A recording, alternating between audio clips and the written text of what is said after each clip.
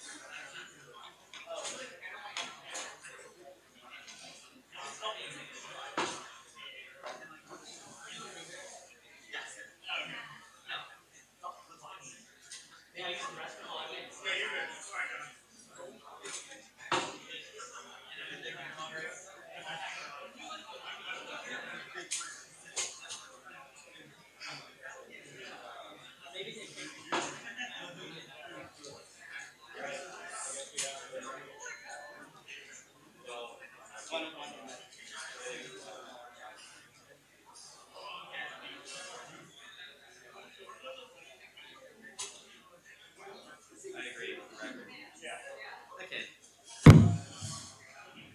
These are tiny tables. Were they that small last year too? I think so. Okay. I don't exactly remember.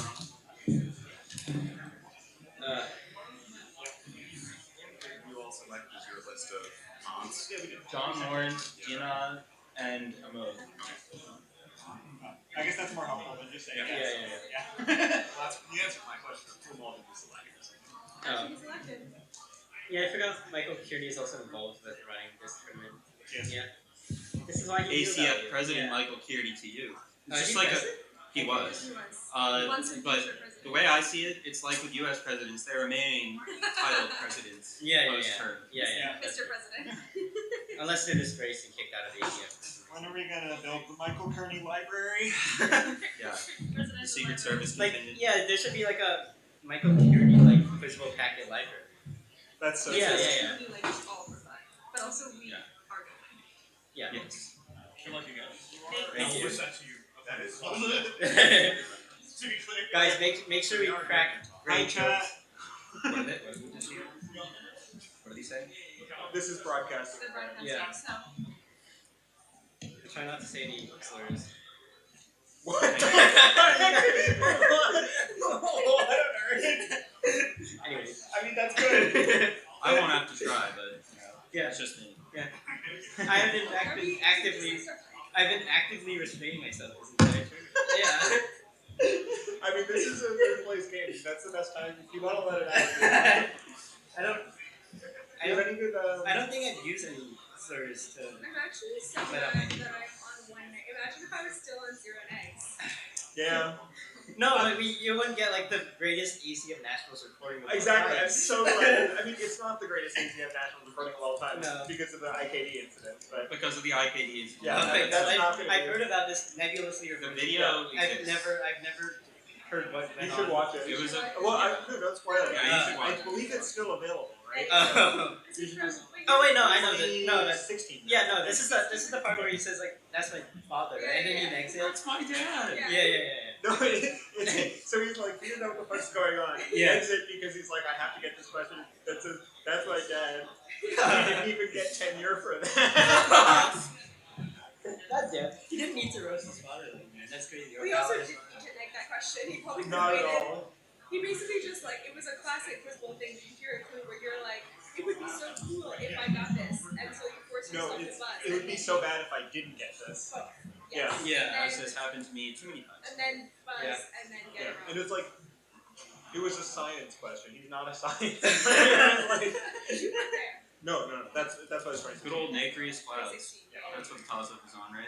What? Nacreous Nacreous clouds. clouds. I love the adjective Did he say nacreous. clouds? He It's said the clouds got old-timey, prompted. it means mother of Because pearl. he knows that his Yeah, he knows that's enough. it. It's the Scientific old-timey word. word maker. material I'm glad motor. we Scientifically, watched this like, 10-year-old. how does it? What they are is they're like high altitude Arctic clouds They should really kick that us out of form in this this game, to be particular honest. way that shapes them have a sort of rainbow Nobody like was, sheen nobody like was what like it is. eligible to play college basketball in Interesting. 2016. Yeah, that's kind That's of all true, right. actually. Yeah. Don't know any of the details of what happens. Neither Why of you is it- played 2016 Nats, right? Or did Nope, you? nope. Okay. I didn't play any Nats before 2019, and I staffed and wrote for 18. I wrote like one of the questions in the two of the questions in the finals of 18, but only like 8 questions total. I guess they really like those. My toss up on religion, it was purely religious studies theory, was in that final. Okay. That's a good idea.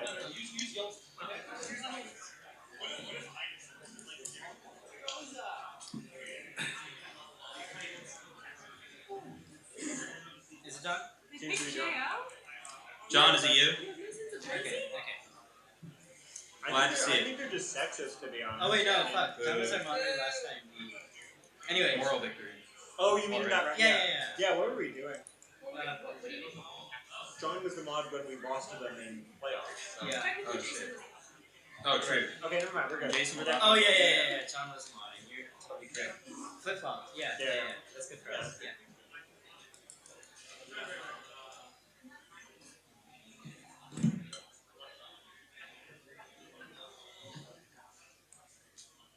This is so boring. This is so. The third piece. Yeah. It's so boring. This is just like easy. Can we please miss an easy on this round? No. It'd be Yeah. so funny. Alvin, I've missed enough fucking Yeezys on this stage. Yeah. Wasn't it the medium? No. That Sure? was- Yes, I'm 100% sure. Hindenburg was probably the medium. No, The last, sure? it was the Yeezy. Wait, which one? I'm not getting into this. It was.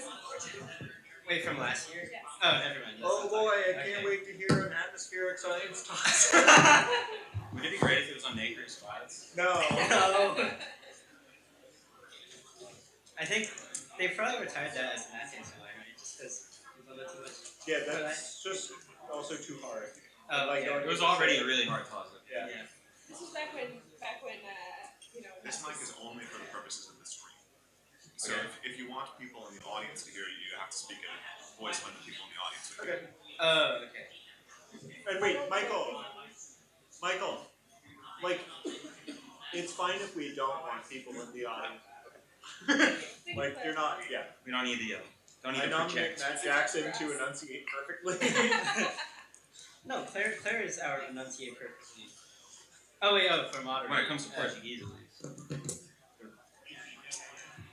Matt would say something like, the enunciator has logged on. Matt has these like 2013 turns of phrase that he's holding onto. I love it. I know. Yeah. He's like a Oh, true. what if he's watching this He's like a true-blooded millennial. Matt, Yeah, come for back. sure. Or what if you Gen Z? I think I'm technically a millennial, but I like am so much on the overlap that I like. You guys all. I was feel really Gen Z. precocious, so like I had a Thank lot you. of millennial Yeah. experience. That is genuinely, Are you like? Oh yeah, I'm Gen Z. Yeah. that is the nicest thing. But you guys are Gen Z, right? In case No, Claire, really. if Claire's watching You were this, I born before told you the I was Gen Z. I think that's the definition. We were born in the 90s. That's not Gen Z. No, for millennials. No, hold on. I can still use my phone right now. It's like the end of '95. Yeah, I've seen Oh, that. so I guess I am Gen Z. But We're like right. I feel like I was so precocious that I have a lot more in common with millennials as far as like childhood the experience. thing is, I'm so immature. I feel like I have a lot more in common. This is probably in response to the thing I said that I didn't. But I told him that was literally in response to me saying this is recording. Oh wait. Oh. Anyway, I hope they cut that part out. From They did not. No, but they should cut it out. You know. In post. Okay, so there's just a record of you saying that. I think so. Back. But like it's something he would not do. Sorry, Sam, if you're. All right, everyone seems to have left me standing here, so I think we can get started. That was awesome. Apologies, you have permission to sit down, Young. So yes, apologies for the 20-minute delay from the scheduled time and the delays before that. but happy to get going here. Just first wanted to say thanks again to everyone for attending this tournament. This is, as I mentioned at the opening meeting, going to be either game 410 or 411, depending on how you count, and it will be the final game at this tournament. In case you do not know where you are, this is the third place game between Chicago A on your left and Stanford A on your right.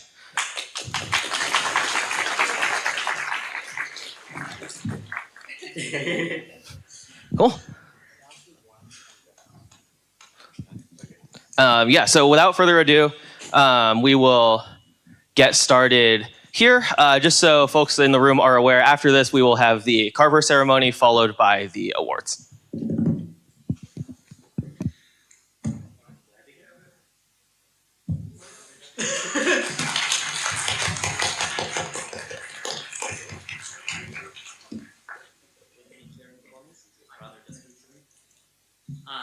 All right. Hello, everybody. Am I sufficiently mic'd and audible? Okay. I am John Lawrence, an editor for this tournament, and right now we have the third place game. Would the members of Chicago A please buzz in and state your names? Adam? Owen. John. Holy fuck. That's Like, okay. oh, sorry, yes, and Stanford A as well.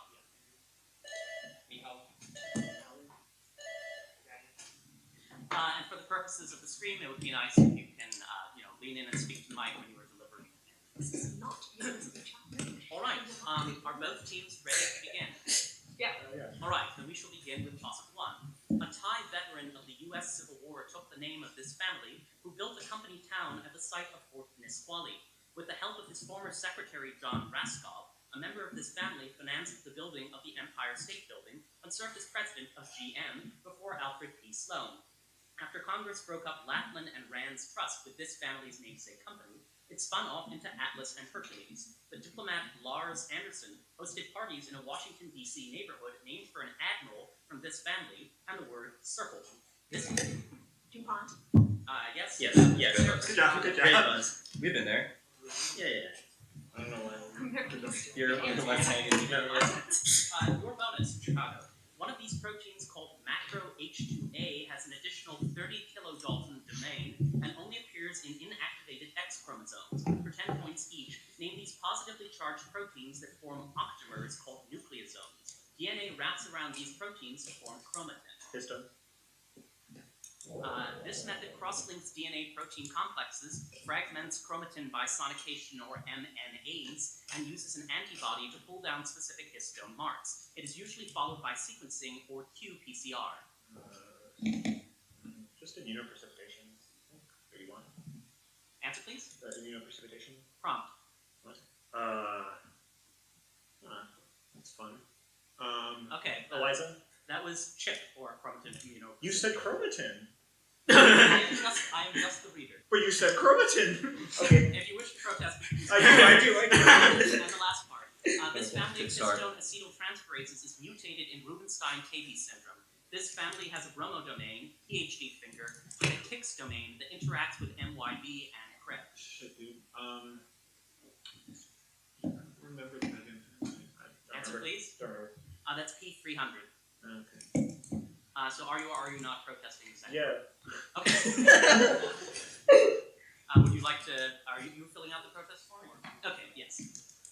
I Good just start. don't Good understand. start. This is what the crowd's here to see. Yeah. All right. Are you saying it? Well, I guess you're clearly not going to say it should have been prompted. So you're going to say it should have been accepted, and the reasons for your protest. Like, CHIP is short for chromatin immunoprecipitation. You said the word chromatin, so I don't need to give that in the answer. I don't know. Okay. Did you?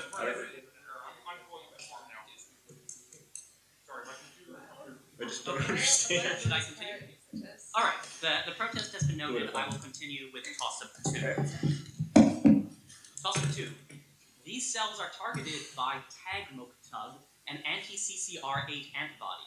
These cells' proliferation is enhanced by CD39 and CD73, converting ATP to adenosine.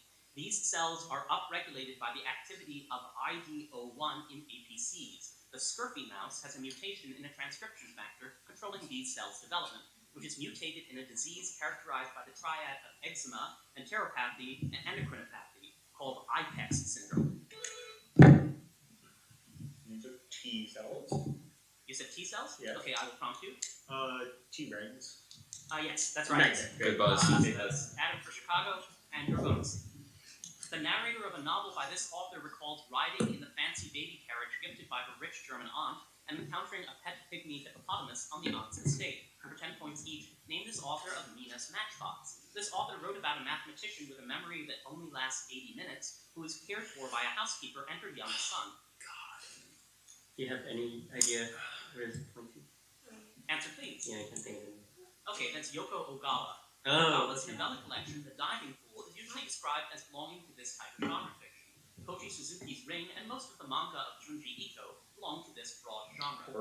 Horror. Yes.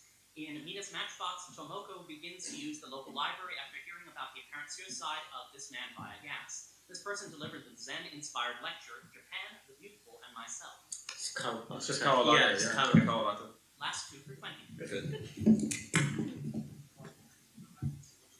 Oh, Okay, they originally told me it could be very distant. Okay. Is this better? Ooh, yeah. That's two clips. Yeah, it's very tinny. Oh, okay. Does this seem acceptable? All right, we shall find out. All right. Sounds like it has a high Yeah, it pitch seems filter. Okay. Toss-up 3.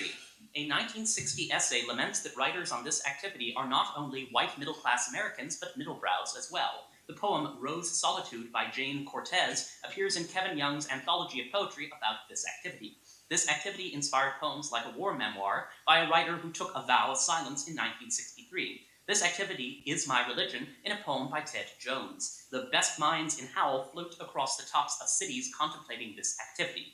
The oral message poems in A Coney Island of the Mind were intended to go along with this activity, as were many poems in a style of free verse that mimics it by poets like Bob Kaufman and Amiri Baraka.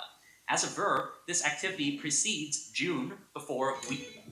Jazz. that is right, for Adam for Chicago. Let's go. Let's go. Jazz player Adam. Yes. And lit player Adam. The word for a white person in many Aboriginal languages, Balanda, comes from a pidgin of these people's language that was a lingua franca in northern Australia, for 10 points each. Name this ethnic group that introduced tamarind trees to Australia. A nobleman of these people named Sheikh Yusuf founded a town named for them in South Africa.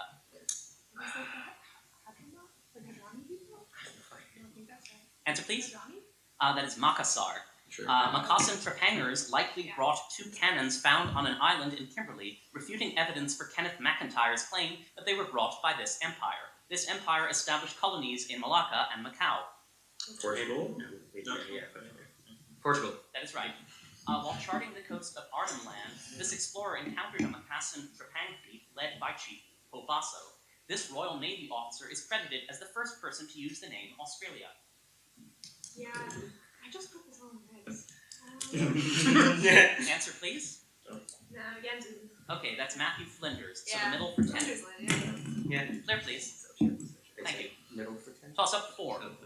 This religion arose from compartmentalization instead of acculturation, according to a sociologist who joined it, Roger Bastide. This religion's 7-year initiation starts with 21 days of seclusion in a temple chamber. In this religion's seating in the nation ritual, converts rename their intermediary spirits in the languages of this religion's ethnic subdivisions, which include JJ and Ketu.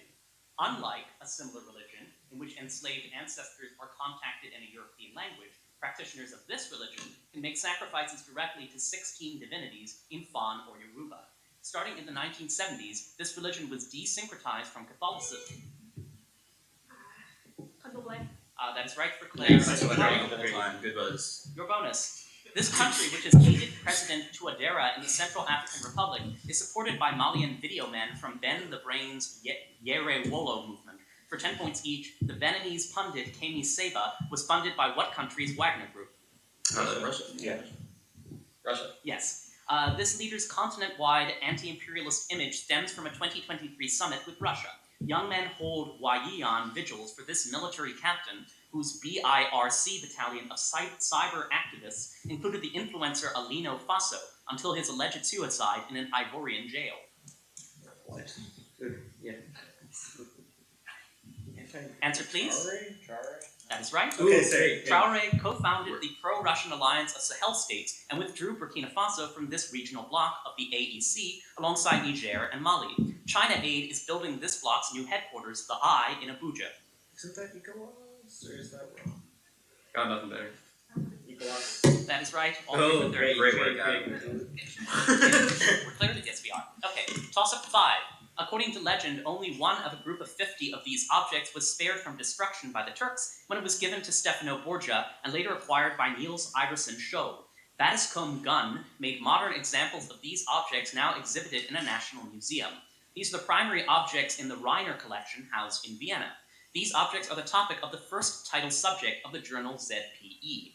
These objects are the less durable of two types of media treated by the Leiden Conventions, which set out use cases of different brackets. In 2023, a project was announced to use 3D X-ray software on some of these objects from Herculaneum.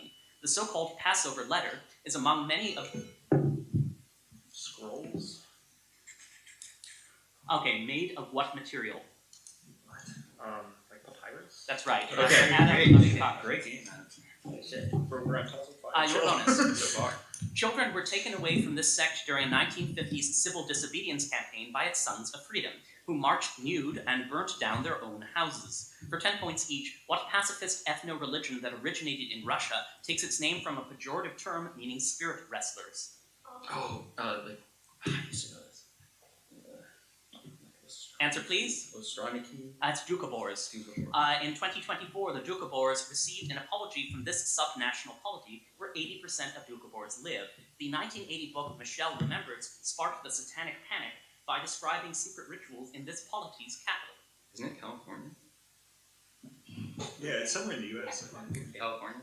That's British Columbia. Shit. BC Whoops. faith healer Todd Bentley started one of these Pentecostal movements at Lakeland in 2008. Latter Rain and the Toronto Blessing named Canadian examples of these movements, while William J. Seymour led one named for a Los Angeles street. Yeah, revival. Revival. Yes, last for 10. Toss of 6. There. Toss of 6. A march in this work has pizzicato accompaniment alternating between root position D flat major and second inversion C major chords, with a melody in unison in the woodwinds beginning with an upbeat C, then D flat, E flat, E. In this work, unaccompanied muted violins play a passage in which the figure G, A flat, G, A flat descends by half steps, depicting the lowering of a rope.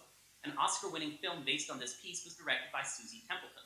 The original rhyming text for this piece was replaced by a text by the composer, which opens by describing a young pioneer opening a gate and walking out into a big green meadow.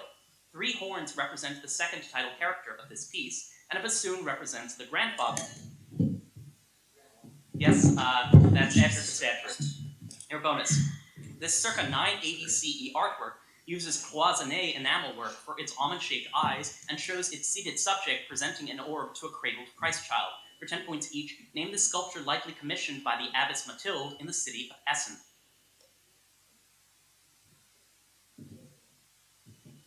Answer, please. No, that's the Golden Madonna of Essen. Mathilde was the granddaughter of a Holy Roman Emperor of this name. A 10th century artistic renaissance named for rulers with this name succeeded the Carolingian Renaissance. Yes, Otto I and his sister Mathilde appear on an enamel plaque on one of these objects held in the Essen Cathedral treasury. Jewel-encrusted examples of these objects described by the word gamata include a processional one named for Lothair.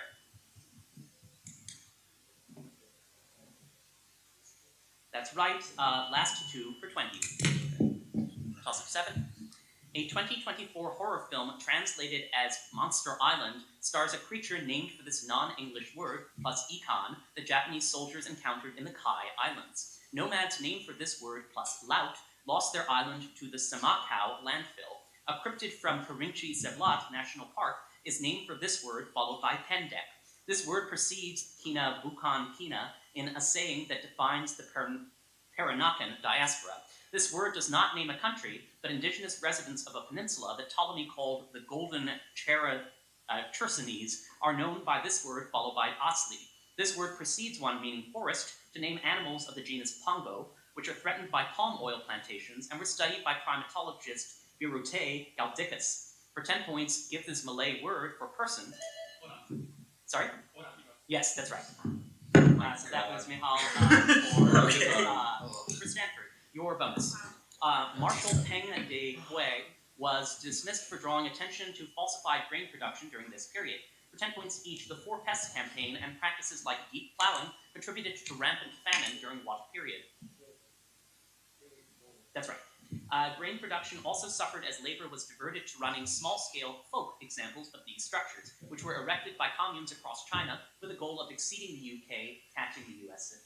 Exceeding the UK, catching the USA. That's right. This village's production brigade, which spawned the Iron Girl fashion, continued as a model even after it was found that Chen Yongwei inflated its grain numbers. A cultural revolution slogan stated that one should learn from this village in agriculture and from Daqing in industry.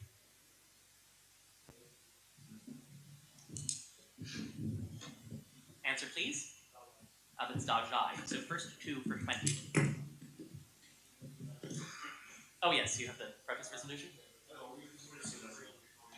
Try to speak up. Yes, it is on. Great.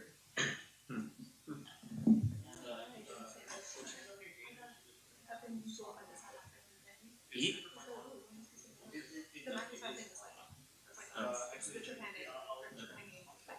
I didn't know anything about that. Yeah, no, I've never heard of that in my life. Okay, I've been told to approach the microphone more closely. Sure. We will keep going. Okay, buzzer's clear. Good. Toss-up 8. These materials are often anchored by polyimide films rubbed with velvet. Elastic forces and anisotropic surface tension in microdroplets of these materials drive their growth from tactoids. The Frank elastic constants quantify resistance to deformation in these materials. Just like liquid crystals. That's right. Nice. Our Adam from Chicago. Great list. Your bonus. A long poem repeats that a dead mountain mouth of carious teeth has this quality and only rock. For 10 points each, Jesse Weston's From Ritual to Romance inspired a poet's references to a land with one quality. An old man describes both his rain and the season as having this quality in the last line of Gerontion. Vegetable. No, I don't think so. Answer, please. Vegetable. Pardon? Vegetable. No, it's dry. Right. T.S. Eliot's Speaker in The Wasteland introduces the drought motif with an emblematic statement of modernism by telling the son of man, you know only a heap of this two-word phrase where the sun beats. It's two or three. Answer, please. Draw us in. That's broken images. In the mountains where there is no water but rock, Eliot describes not even silence but dry, sterile, this phenomenon. Eliot repeats this Sanskrit word, the Sanskrit word shanti in the section what this phenomenon said. Fire. Right. That is fire. Oh, fire? Answer, please. Fire. That's thunder, It's so thunder. make I a guess. bonus. I'm very bad at Elliot stuff, I guess. Toss-up 9. In Scandinavia, churches in this form include Ove Bang's Bakahaugen Church and Jan Inga Hovig's Arctic Cathedral. Japanese Gasho-zukuri buildings inspired Antonin Raymond designs in this form, including for the Holy Cross Anglican Church in Tokyo. In the U.S., building kits for houses in this form were popularized after Rudolf Schindler. Circular. Cylindrical. No. Unfortunately. Rudolf Schindler's Benati House and Andrew Geller's Grease House were featured in the New York Times. This architectural form shares its name with a type of load-bearing structure that supports Ferris wheels and appears twice in sawhorses. Vacation homes in this style disallow wall hangings because of steeply angled interior walls attached to a central singular roof beam. For 10 points, what style of building in which the roof gables extend all the way to the ground is named for its cross-section resembling a letter?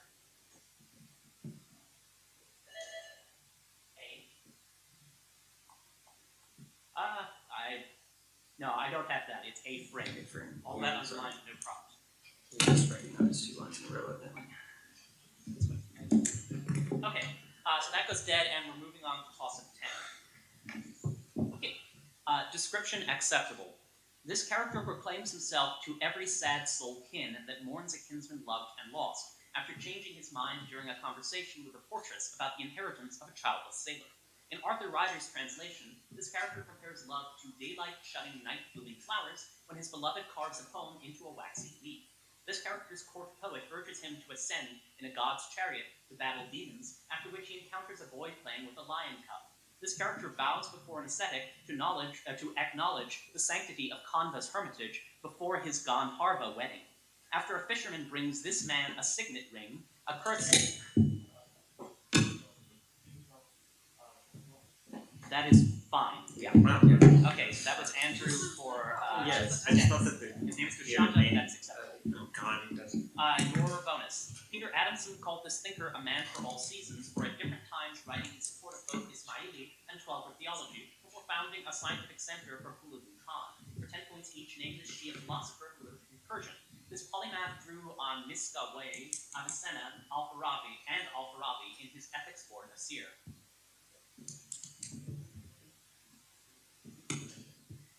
Answer, please. That is Al-Tusi. In a commentary, Al-Tusi objected to Al-Razi's claim that this argument implies God's multiplicity. Avicenna originated this argument which designates God as the necessary existent that is the cause of all contingent things.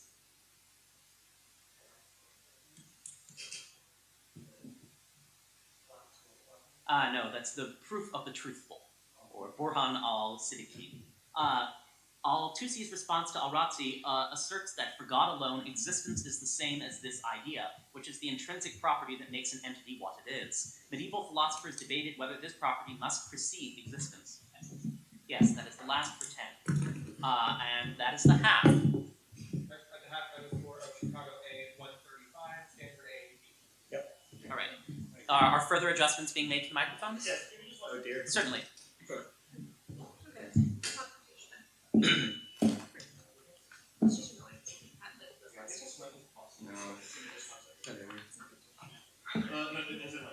Evidently they wouldn't get it.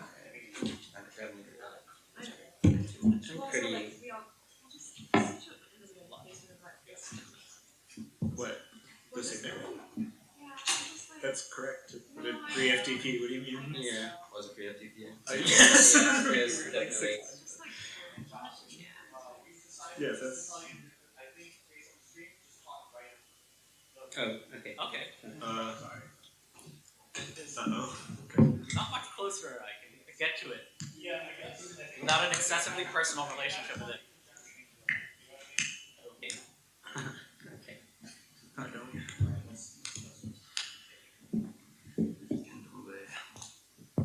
See that was like, The whole time. but I didn't want it to be a thing where I wanted to do that. Because they do the thing. Hello. All right. Sorry. We are so back. Say it. Wait. We are so back. Okay. I also imagine if it was candomblé, you would also know probably maybe more than I do. Anything on the protest? Okay. Last year there was all their protests at halftime. All right, this is about as close as I can get to this. Just saying. Physical contact. So I hope I am more often. Both teams ready for the second match. Yes? Do a lot of that. Okay. Toss-up 11. The detention of Iolaus of Cluny at one of these natural features formerly named for Jupiter may have prompted a priest, for whom it was later named, to found an institution there. A medieval city that thrived from its position between two of these features grew out of Augusta Praetoria Salisorum. The Walser people built the Tverenbrücke to facilitate use of one of these features, enriching the forest states that signed the Pact of Ronin. A baggage train with gold from Zaragoza was captured at a battle named for one of these features, the site of a similar battle won by a Banu Qasi and Vasconic army. Like a pass. That is right for a pile of Stanford bonus. At the Solvay conference, Einstein showed that energy was a quantity described by this adjective in response to the problem of the Rayleigh-Lorentz pendulum. For 10 points each, what adjective names invariants that remain approximately constant under a slow change? Sure. That is right. The adiabatic theorem implies that variables named for their resemblance to this quantity are adiabatic invariants. This quantity is the time integral of the Lagrangian. Action. Yes? While action variables are adiabatic invariants, the change in an angle variable has contributions from this effect and a frequency-dependent term. This geometric change in phase is the classical analog of the Berry phase.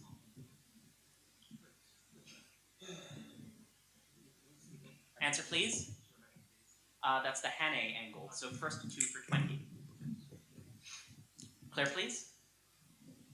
All right. Toss-up 12. This type of data is encoded with a code-excited variant of LPC developed by Schroeder and al.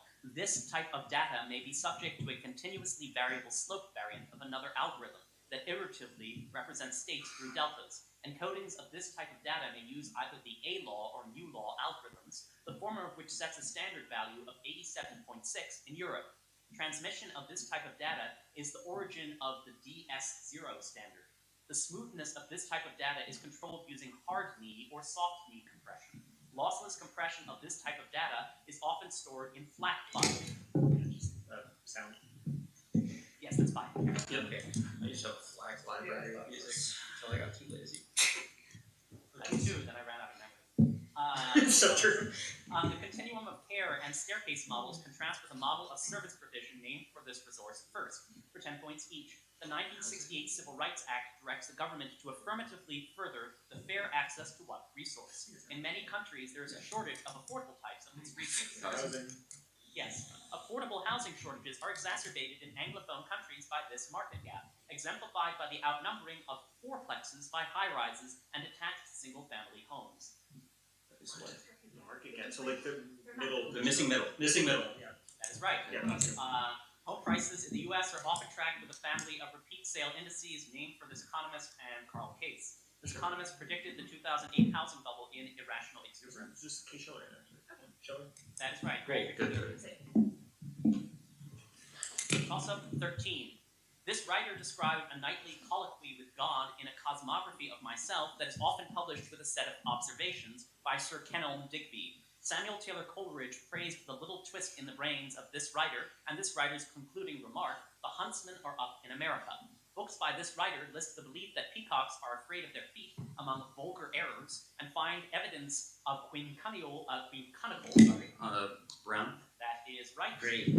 For John Thomas Brown. Chicago, your premise. Oh yeah. In the presence of Yes. acetic acid, this compound cyclizes into an oxazolone in the first step of the Erlenmeyer amino acid synthesis for 10 points each. And this carboxylic acid metabolite found in urine indicates toluene toxicity when in high concentration. A para-amino derivative of this compound can be used to test blood flow through the kidneys.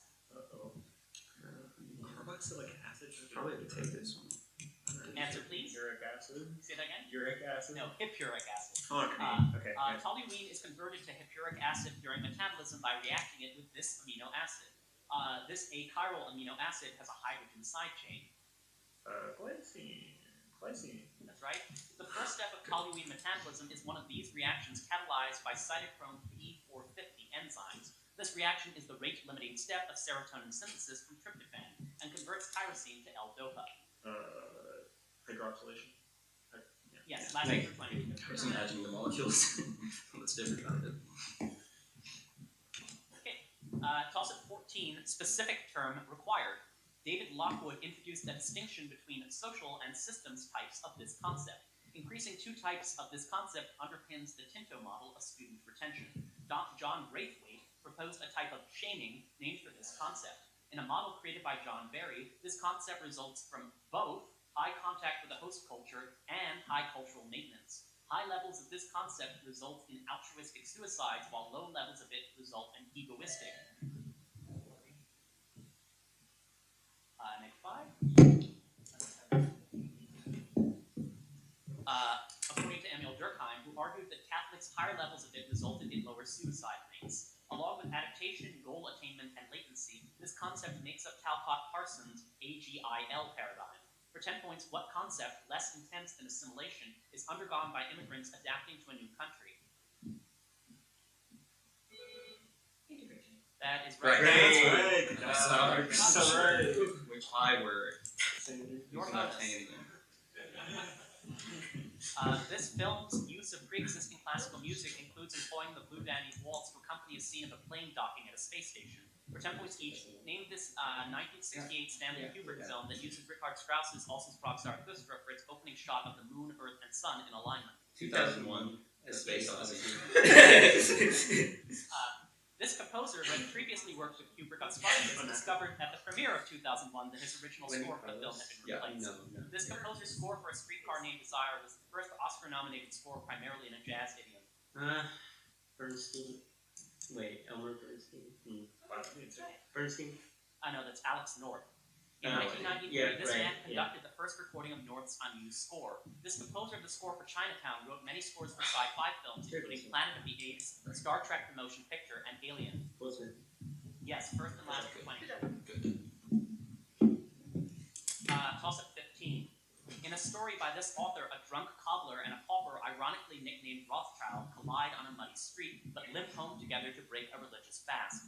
In another story by this author, a boy claims he can fly to the Arctic Ocean by using magic to attempt to impress his cousin Boozy. A vinegar maker and a priest get stuck on a runaway locomotive in a story by this author set on Hoshana Rabbah. The town of Kazril Becca is the setting of many humorous stories by this author that feature the money-obsessed Menahem Mendel. This author's most famous characters.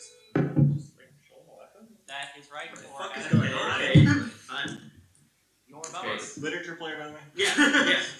This ethnic group venerates the deified rebel Nongji Gao and folk singer Liu Sanjie for 10 points each. Identify this ethnicity, whose often suppressed Mo religion includes the creator god Bao Lo Do and his fertility goddess wife Me Lok Kat. Some kind.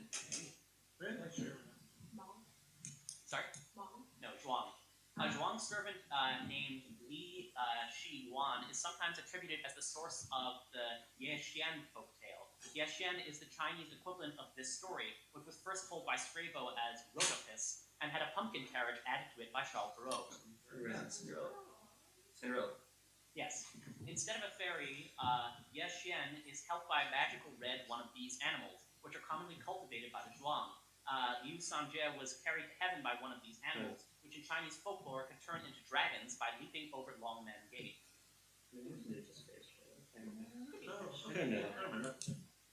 Fish. I will prompt you. Koi. Answer, please. Koi.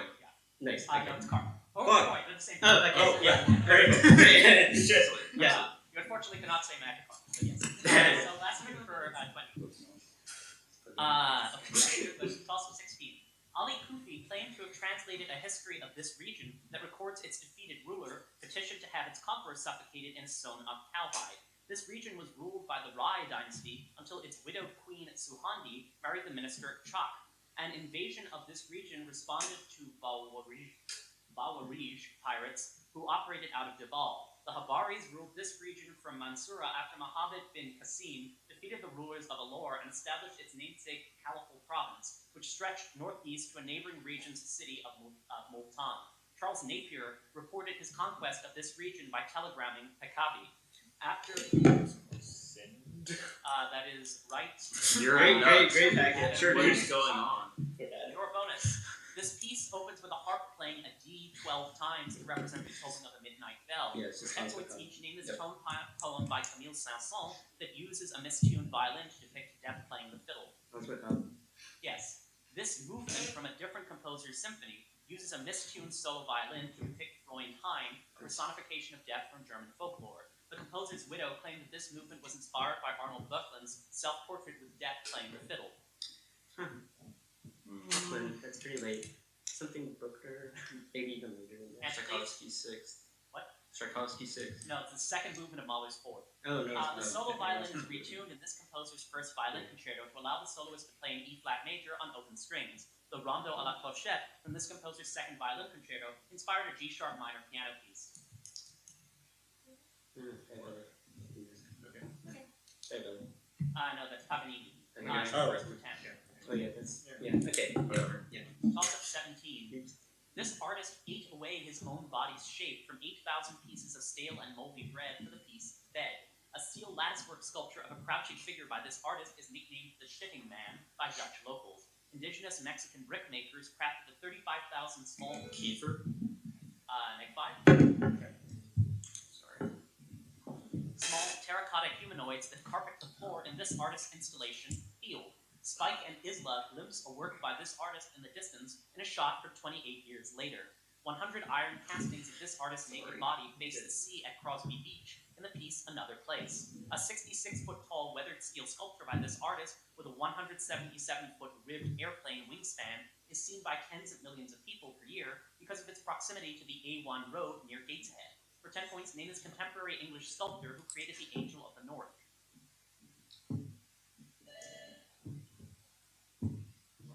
I know, that's Anthony Gormley. I just for a second line. I don't know what I was thinking. Very conservative. Alright, descriptions. Toss-up 18. In January 2020, Jihei Rao and Haitao Yang worked at a Shanghai facility named for these devices to determine the structure of the COVID-19 main protease. The first use of a technique in which kickers condense the transverse momentum distribution was in a setup named for two intersecting examples of these devices. A modified one of these devices that employed stochastic cooling was used in the UA1 experiment. Extremely bright so-called light sources are based on yes, that's right. Okay. That was Danny. Stanford. Okay. Your bonus. Students confront mannequins representing their past selves in a play in this language called Dead Class. For 10 points each, name this language used to perform experimental plays like The Madman and the Nun and The Cuttlefish, written by a mononymous playwright. Edek takes over a house as the title dance begins in a play in this language called Tango. Oh. Yes. The plays of the Polish author Witkowski exemplify this style of theater according to a Martin Esmond essay. The plays of Eugene Ionesco belong to this movement, which emphasizes communication difficulties and the breakdown of meaning.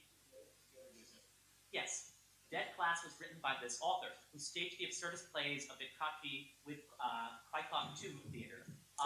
This Happenings artist wrote bleak examples of theater of death, like his last play, Today is My Birthday. No, that's Kajush Cantor, so first number 20. Okay, toss-up 19. Wilbur Schramm wrote that this job's output exists in the minds of men and outlined its authoritarian, libertarian, Soviet communist, and social responsibility theories. A college curriculum for this job was pioneered by Daddy Blyer at UW-Madison.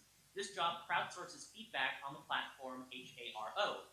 David Manning White used this job to empirically study Kurt Levine's concept of gatekeeping. A Janet Malcolm book, partly titled For a Murderer, examines this job's ethics, whose core principle is limitation of harm. The committee to protect this job collects data on its murder victim. Yes, that is right. For Andrew Stanford, your bonus. The success of this campaign was followed with the Meridian Campaign, an early demonstration of the scorched earth tactics employed during the March to the Sea. For 10 points each, name the Civil War campaign that ended with Ulysses S. Grant's successful siege of its namesake city, giving the Union control of the Mississippi River. Yes, due to Sherman's tactics, this general was forced to retreat during the Meridian Campaign. This general, nicknamed the Fighting Bishop, often feuded with his commander Braxton Bragg, like at the Battle of Perryville.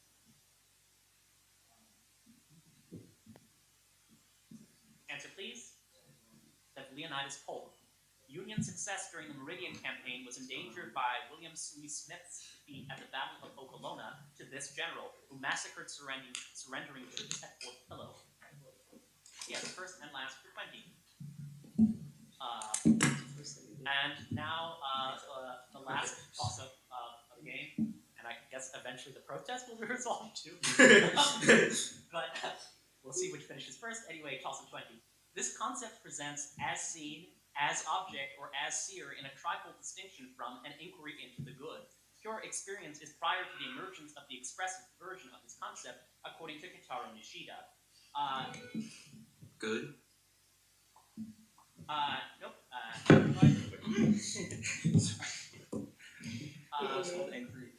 The Vaisheshika school claims the world consists of 9 substances, time and space, this concept, and a related concept called manas. Power named for this concept is contrasted with other power in Shinran's thought. The myth of this concept titles an Alan Watts lecture that posits Westerners view this concept in the middle of a bag of skin.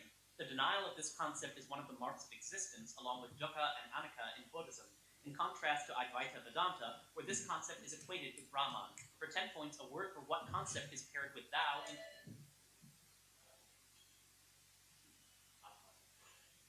Yeah, that's fine. Completely necessary. Sure. I haven't said that yet. Okay, good. Cornell professor John Kleinberg developed the HITS algorithm for this task, which ascribes a hub value and an authority to each object for 10 points each. Name this task whose most well-known algorithm models a random surfer and incorporates backlinks into its central scoring scheme. That's page ranking.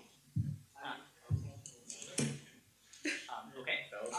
The random surfer in Google's PageRank algorithm is modeled by one of these memoryless stochastic processes, which are constructed in a class of Monte Carlo methods through random sampling. Yes. Kleinberg's hits algorithm and PageRank are derived from analysis of these items. A lower bound on the number of these items is the defining value of a metric developed by Jorge E. Hirsch in 2005.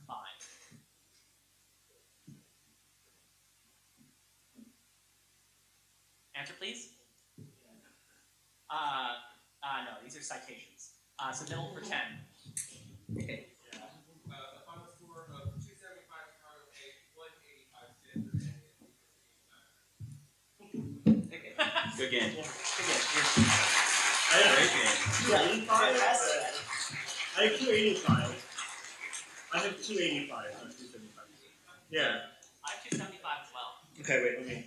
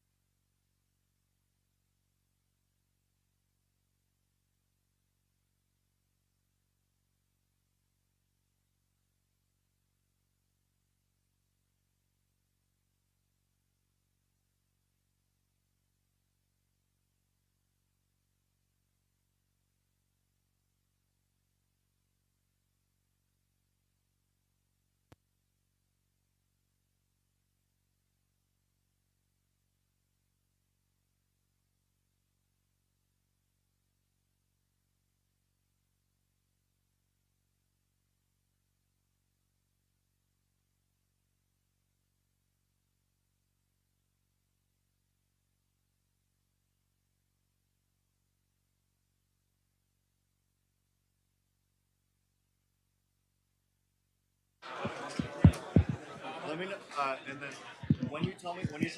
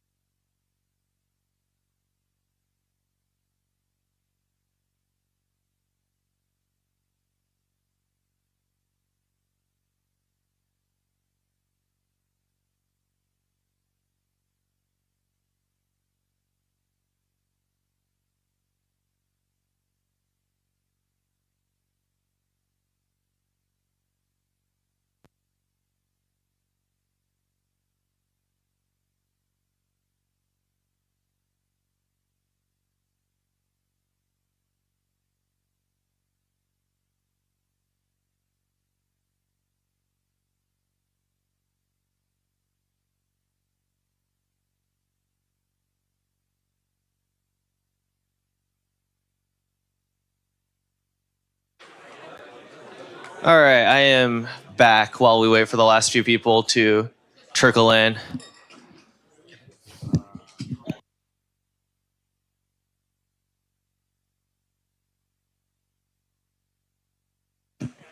Why does my mic? Okay, now it works now. I've been told to move over so that I am visible on the stream. Cool. Well, congratulations to Chicago A and Stanford A for a good game.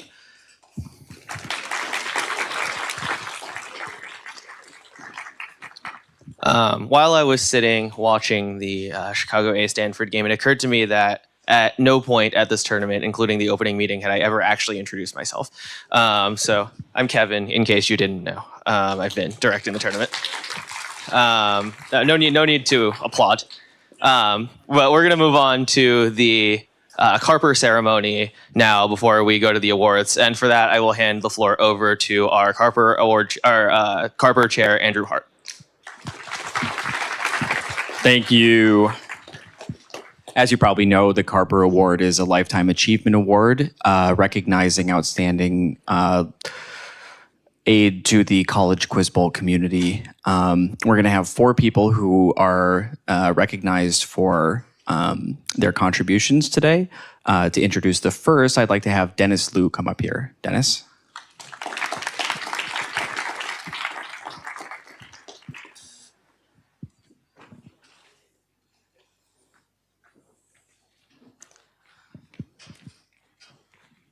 Thank you. Were you able to get the thing to work? What thing to work? The photos actually work? Yeah, the photos okay. actually work.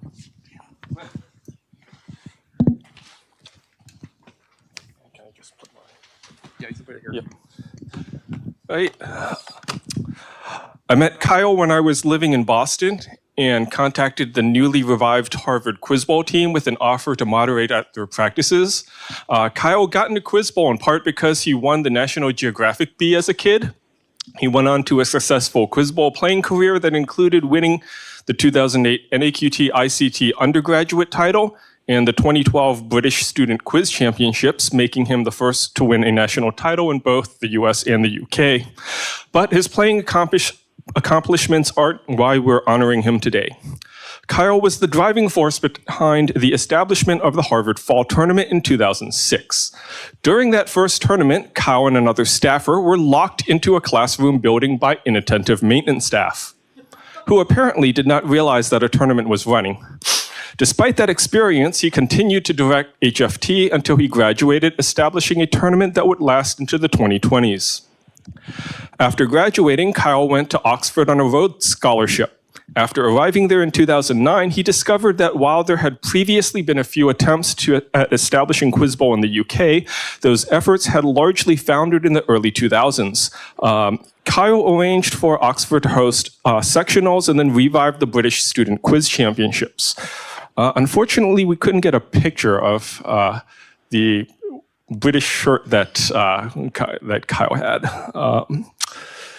The next year, he organized and edited the first Oxford Open, which ended up being quite a difficult task, as this was a packet submission tournament.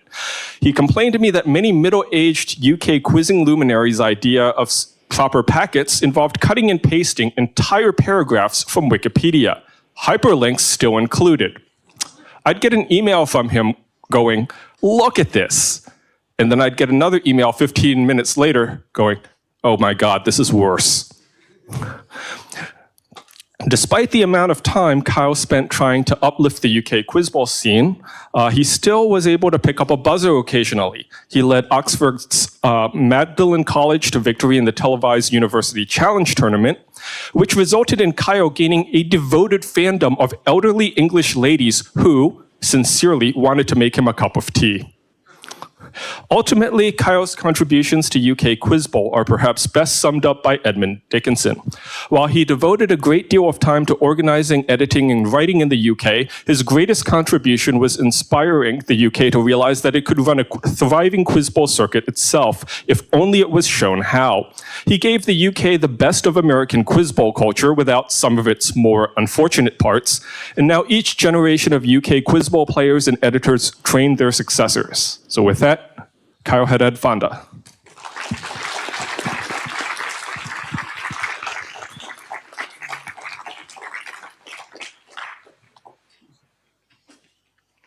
Where should I stand? Here's good. Okay. What? Right where we want. Okay. Hi, everybody. Some of you were laughing when Dennis talked about my fan base of elderly British women. But it was actually very debilitating. There was a solid year when I couldn't walk past a botanic garden or a charity gift shop without getting engaged in a conversation. I do have the impression that I'm being honored with the Carper Award because of work that has continued after I left. It's amazing to me to see that the British Student Quiz Championships, after being revived in 2011, has continued all the way to this day. And I do get the feeling that, in a sense, I'm being honored because of work that others have done after me. I also get the sense that I may have duped the Carper Award Committee into thinking that it was ever my intention to evangelize on behalf of American-style Quiz Bowl. The truth is that when I went to England, I had no intention of continuing to play, and instead I sort of fell in with a crowd of British quizzers, as they would say, who were the most wonderful and welcoming people. And they became my guide for trying to understand the new country that I was living in. They were the people who made me go watch cricket and made me eat a Scotch egg and took hours to try to explain to me why anyone should ever care about the shipping forecasts. And I remember very distinctly a day when Katie McGettigan got a group of us together and said that we should all go get sandwiches and eat them in a garden. And then she turned to me and said, "Now you're having a quintessential British cultural experience." And I had to be the one to break it to her that we also have picnics in the United States. I always took it as a challenge to try to use Quiz Bowl and my interactions with British people who played Quiz Bowl as a way to try to understand the new place that I was in. And so it never really seemed like work, all those late nights when I had to be writing questions about a country that I sort of was beginning to understand, and writing my British toss-ups on the Grantley Manor and the Kilbrandon Commission, things like that to put into a tournament. It always just seemed like kind of a game to see to what extent I could pass. I'm sorry you can't see the photo that Dennis was going to show you, which is me directing the 2011 British Student Quiz Championships wearing a Union Jack t-shirt that I bought from Primark. But if you could see it, you would see that I definitely was able to pass.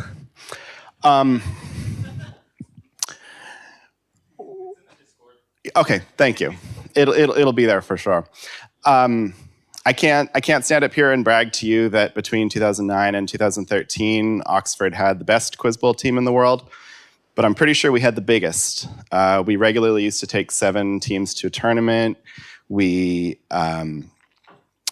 had an intramural tournament that used to last a month and draw 48 teams. We used to host practices sometimes in 4 different rooms. And in as much as part of receiving this award is that I have to stand up here as an old person, and trust me, for the last 2 days, I've definitely felt old, and give advice to younger people, what I would say is that if you create a culture that people want to be part of and hang out in, then everything else will follow from that. One of the things that I've continued to do for the past 10 years or so is that I'm the person who changes NAQT-IS sets to be played in Asia, which on occasion has involved writing new questions about Asian topics. But for the most part, what I do is I go through the questions and I drop all the questions that are too American. And I get to decide whether some 16-year-old in Guangzhou is more likely to know about Sacagawea or the Minnesota Vikings. And I love doing this. I love trying to put myself in the shoes of somebody else who's grown up in a different place, and to try to think not only about what somebody knows, but about how they learned it. I think Quiz Bowl should be more international. I think it's wonderful that there are teams from Canada and the United Kingdom here at this tournament. I'm sorry that the British team that's here is Cambridge, but I'm glad that there is a British team here. And I think that there's more that we can do to encourage people to understand that this is a game that can teach us how to think about things from the perspective of people from other places. So I hope it's not reading too much into the Carper Committee's decision to give me this award to see it as an affirmation of the idea that Quiz Bowl can be a more transnational game. So that's the spirit in which I'd like to accept this award, with gratitude to ACF, to Andrew, to Dennis, to Edmund, and to all of my former teammates at Harvard and at Oxford. Thank you very much. Congratulations.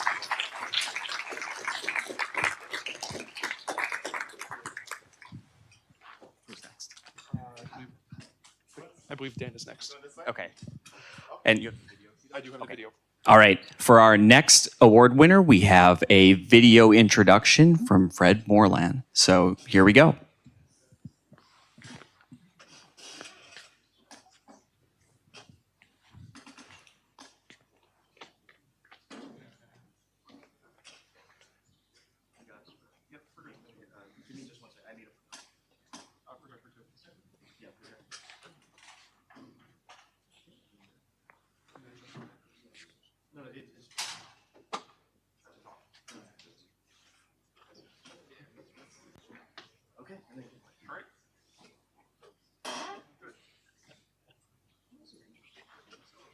No, it's not working.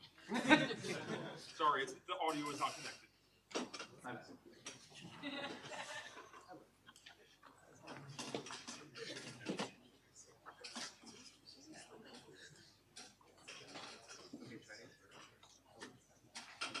Of IQBT, and I'm pleased to be able to introduce. Hello, everyone. I'm Fred Moreland, head of IQBT, and I'm pleased to be able to introduce one of the Carper Award winners this year, which is Dan Goff. Dan is a longtime friend of mine and a lovely person, and I'm glad he's being recognized for his work as a longtime sysadmin of the HS Quiz Bowl forums. A very important role that, until recently, was not really properly appreciated. In addition to making sure that people could actually talk about Quiz Bowl on the internet, that activity we all love so much. Dan is just an absolutely lovely person. He's kind, he's smart, and is just a delight. And I'm so glad to see that he's getting recognized like this, and I thank ACF for doing that. So Dan Goff, pretty cool. Congratulations, Dan.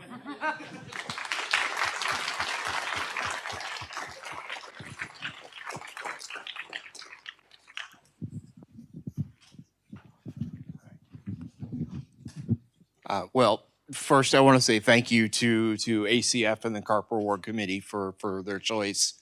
I think it's rather fitting that I'm receiving my Carper Award here at the University of Maryland, because about half a mile up the hill at Hemingway Hall, I went to my first Quiz Bowl practice 20 plus years ago. We'll just leave it at 20 plus. It's nice to, I won't call this the conclusion of my Quiz Bowl career, because you never really retire, but it's nice to have this concluding moment here. I don't have a lot of wisdom or insight to share other than to say, be careful what you volunteer for, because you might wind up doing it for 12 years and doing fun things like stopping at its importance in Ohio on your way back from a tournament in Chicago to make sure that the site works and so people can talk about the national tournament that just happened. There have been other adventures like that over the years, but mostly I want to say thank you to the community. Thank you for everybody that shows up and plays and continues to use the forums now over 20 years later. Yeah, I'll leave it at that. Thank you so much. Yeah, thank you. Just pause for 1 second. I'm gonna say.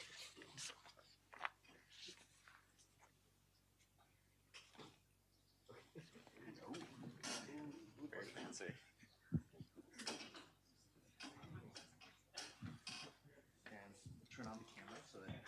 turn on the camera and audio so they can. Okay. And they'll see you in the corner. Okay. I will hide selfie with this speaker. We're good. Is Dan good too? Yes, I'll take a photo. Okay. Oh, okay, cool. Okay. Go ahead. Nice. Go ahead. All right.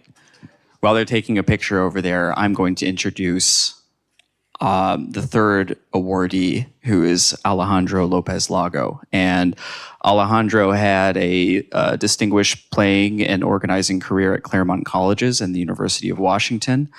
And I think it's fair to say that there's maybe only a handful of people who can even claim to be in the same league as him when it comes to technologically advancing the game of Quiz Bowl.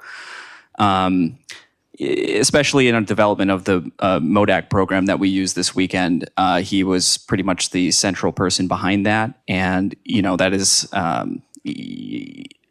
one of the great accomplishments in the way that we sort of understand, visualize, keep track of the game we all play. And it's kind of special for me because, this is a long time ago, but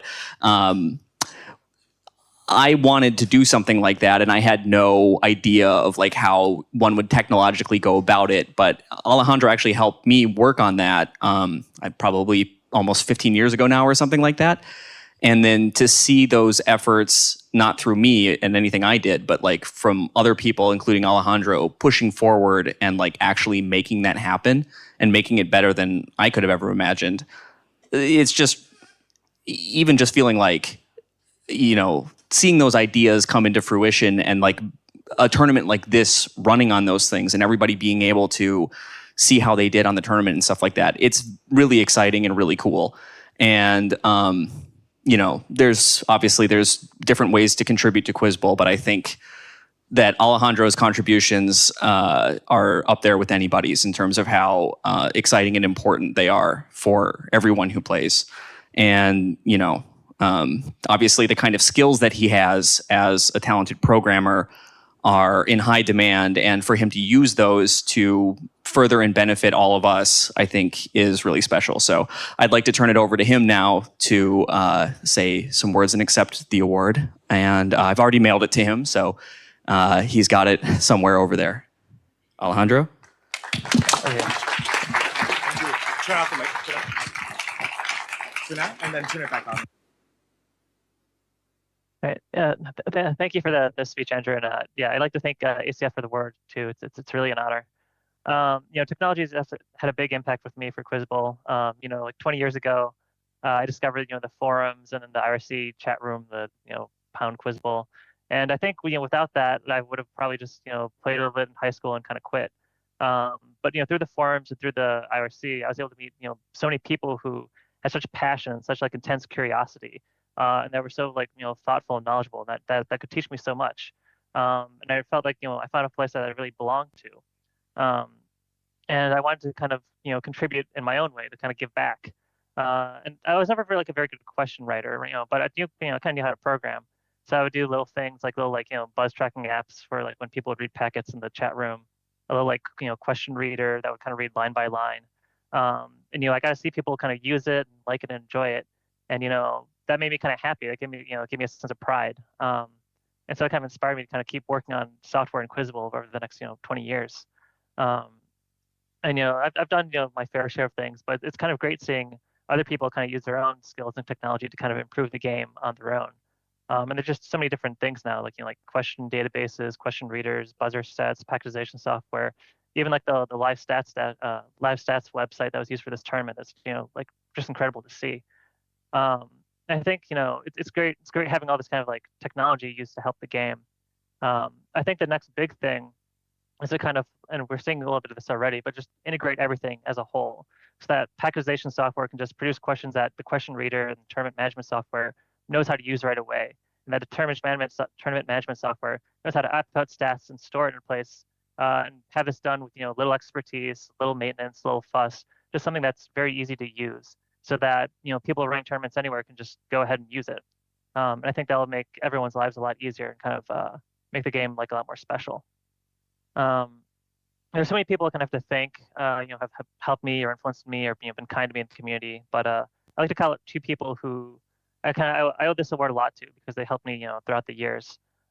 First, Mike Bentley, who kind of helped revive the Quiz Bowl scene in the Pacific Northwest, who kind of gave me a place to kind of stay engaged in Quiz Bowl, after I graduated college, who kind of invited me to a lot of hackathons where I could kind of practice and try out different things with Quiz Bowl software.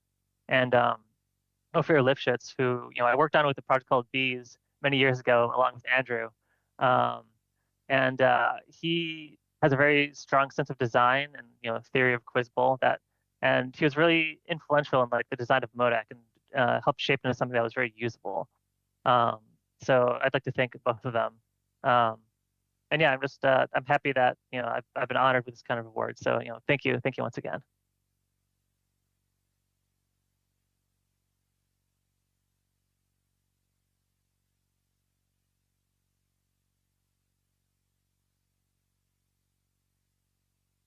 All right, and to introduce our final award winner, we're going to have remotely Paul Litvak.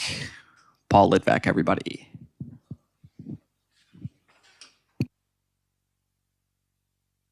Hi, everybody.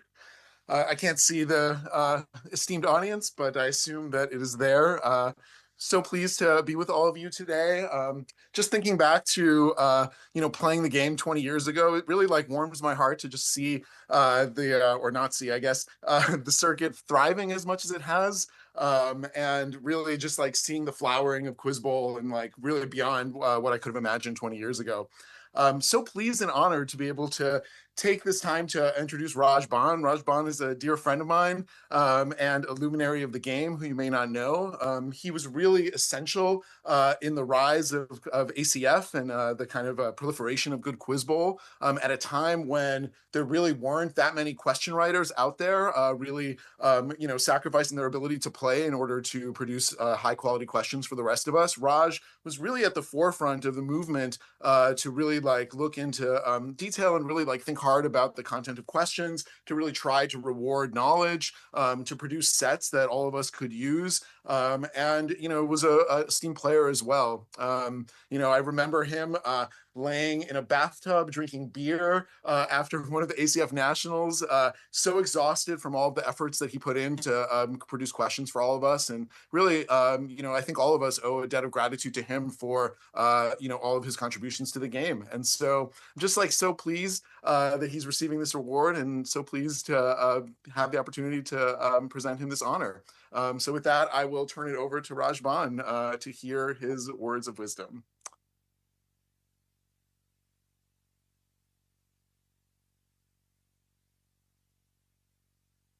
Thank you so much, Paul, for that humbling and 100% accurate introduction. There was an incident in a bathtub, which I will not go into detail on, but I'll be super brief because no one wants to listen to old people talk for very long. First, I am grateful and humbled to be the recipient of this award. When I was editing the national tournament 20 plus years ago, one of my favorite jobs was to present the Carper Award to various distinguished luminaries, and I never thought I would be the recipient of one of these. So this is very much a full circle moment for me, for which I'm very thankful. Second, to echo Paul's sentiments, I'm really glad to see that ACF has not only survived but thrived over the decades. Back in the day, it was just a handful of people who cared probably a little too much about things like question quality and academic rigor. And we used to debate things like how many Heinrich von Kleist toss-ups were appropriate per packet. I think back then it was 3 or 4, thanks to Paul. But I'm buoyed to see that ACF is still around and it's flourishing, seems to be in great hands. Really dedicated leadership team. So thanks to those of you who are participating, and I encourage all of you to volunteer and help out in whatever capacity you can, whether it's editing, writing questions, logistics, technology, like we heard earlier. That's all really important stuff to help ACF continue to flourish. So once again, thank you for this award. I am truly grateful, and I will leave you all to the rest of the awards in the tournament. Thank you very much.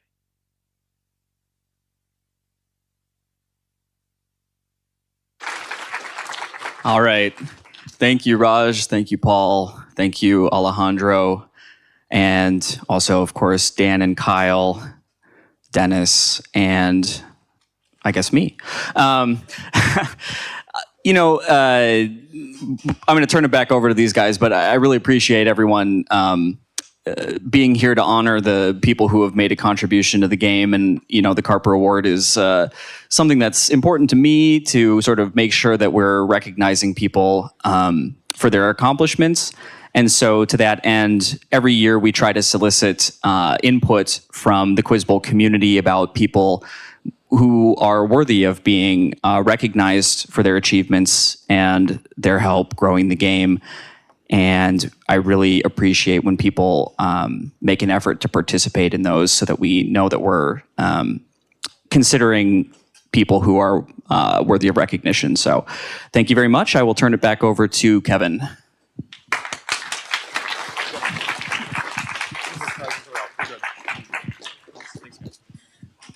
All right, cool.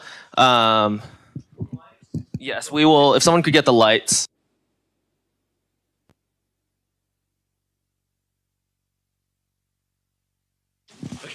Is my micro? Okay, my microphone is on. Can we get one more round of applause? I know some of them have disappeared from the screen, but for the Carper recipients.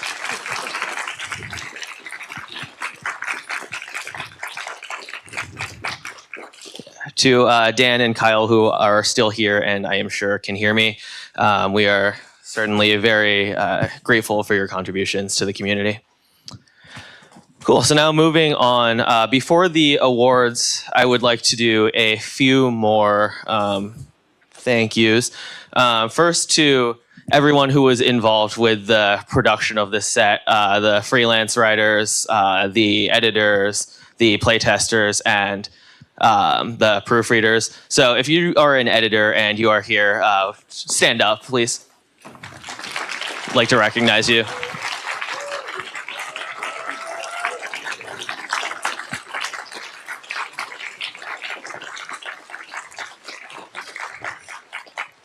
They're all in one row. How convenient. Second, I would like to thank the University of Maryland's club for being so gracious as to host us for a second year in a row.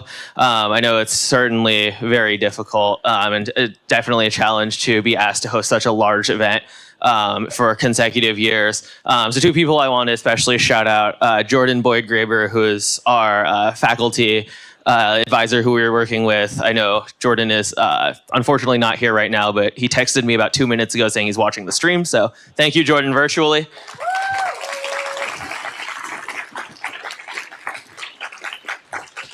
And to Daniel Kim, our student liaison, who thankfully spent the entire weekend troubleshooting any venue problems that we had. Certainly very happy that he did not need to contact facilities about the air conditioning this year.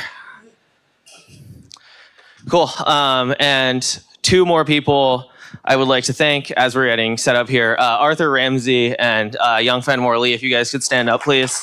Young is already standing. Arthur's in the back there. These were the two people who did... These were the assistant tournament directors who did a lot of the groundwork of actually putting together the event, and certainly very pleased with how it came together. So thank you again to Young and Arthur. And one last thank you before we get to the real awards here. Henry Atkins, if you could please stand up. Just want to recognize you as the head editor again for putting this set all together.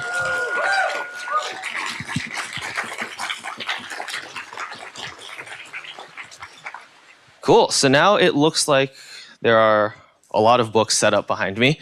And so in one moment, once I grab my computer, we will get started with the awards, starting with book prizes for individual top scores.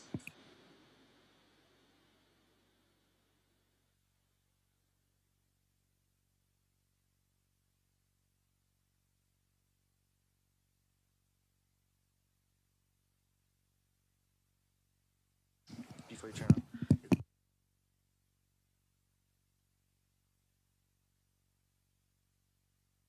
Oh, okay, there we go. Keyed in again.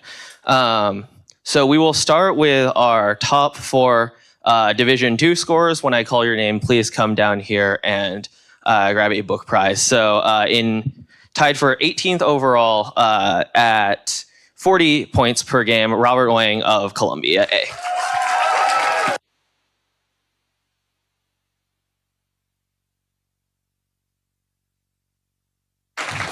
Tied for 15th overall, our third place Division II winner, Karthik Jairam of UCLA at 43.6 points per game.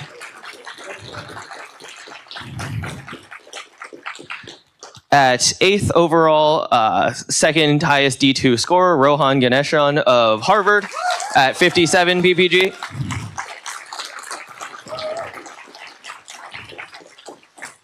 And our top D2 scorer of MIT at 64 points per game, Yerwin Batan.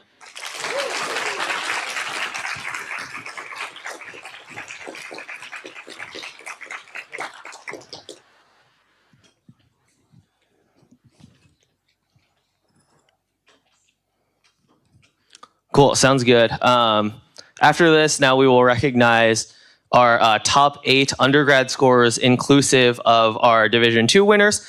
So in 8th place, we have Karthik, again, from UCLA with 44 points per game. And these, sorry, I forgot to mention, these come with a medal as well. In 7th, we have Aiden Dartley of Rutgers with 45 points per game.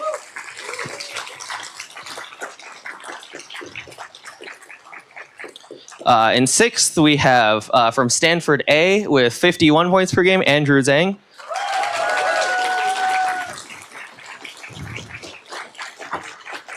Fourth highest undergrad scorer as of Harvard with 57, Rohan Ganeshan.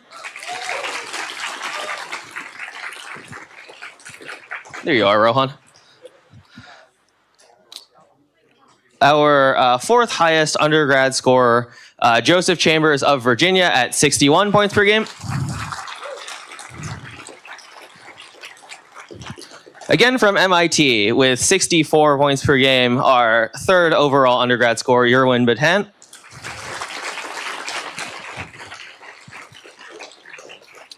From Virginia Tech, undergrad scorer number 2, Noah Chin with 69 points per game.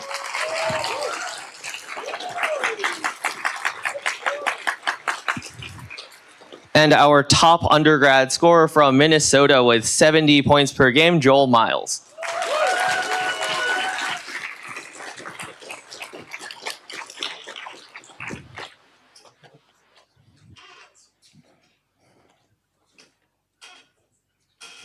Sounds good. Congrats. Looks good. Congrats to all of our undergrad top scores. And now for our overall 8 top scorers in 8th, top 8. From Harvard with 57 points per game, Rohan Ganeshan. Come on down again. Sorry, you don't get another medal. In 7th from NYU A with 59 points per game, Ryan Rosenberg.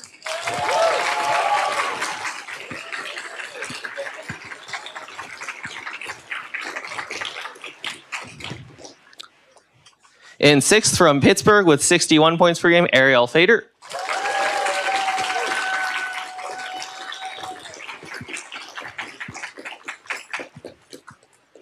In 5th at 61 points per game from Virginia, Joseph Chambers. In 4th, again from MIT with 64 points per game, Yerwin Batan.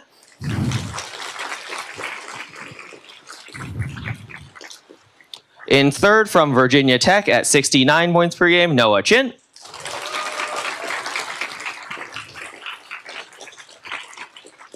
Overall 2nd place from Minnesota at 69 points per game, Joel Miles.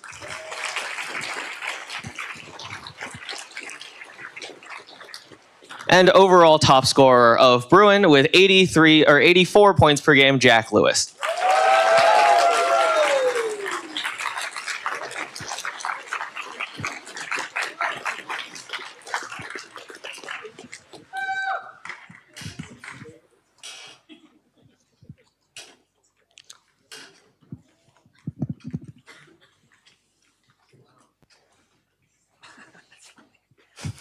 Cool. Congratulations to all of our individual top scorers.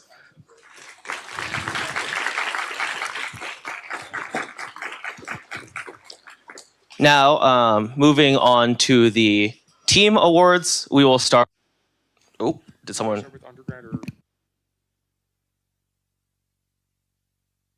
Maybe not. Did someone cut my mic? Okay, there we go. We will start with undergrad second place, which goes to Vanderbilt. Please come on down as a team.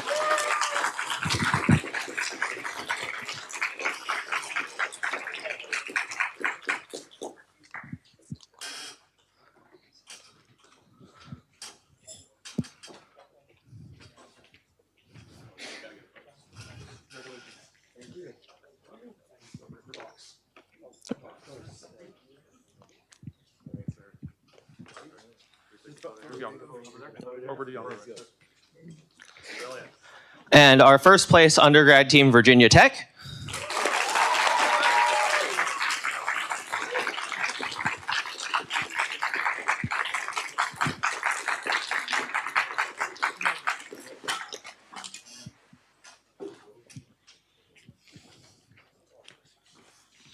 Do you want me to hand it to Kevin? Congrats. Thanks.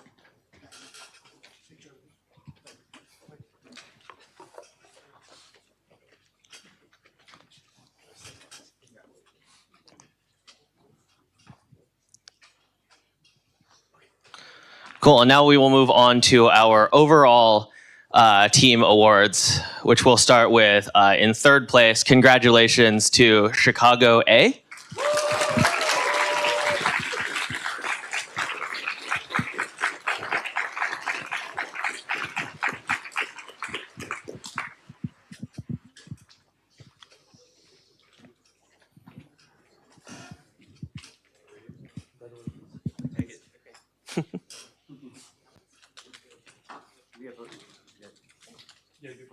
Yes.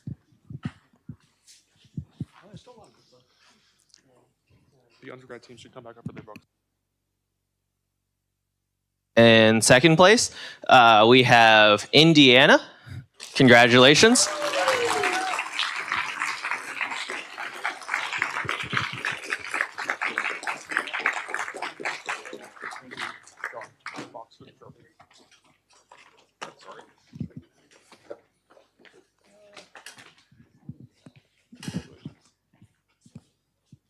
Over there now.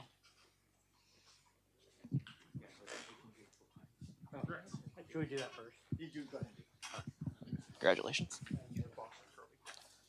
Congratulations.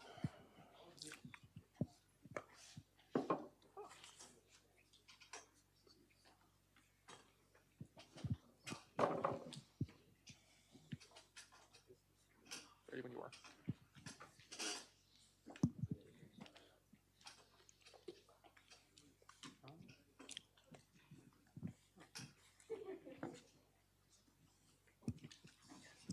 Cool. And in first place overall, Berkeley A. Congratulations.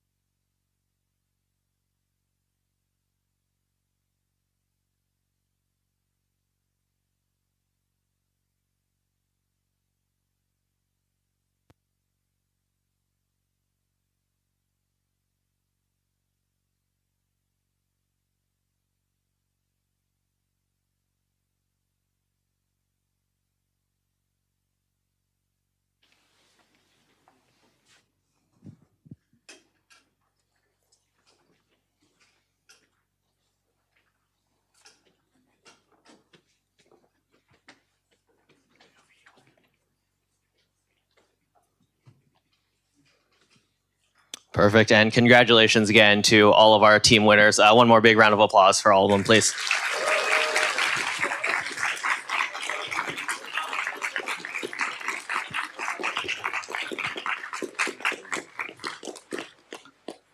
Great. So that wraps up our award section.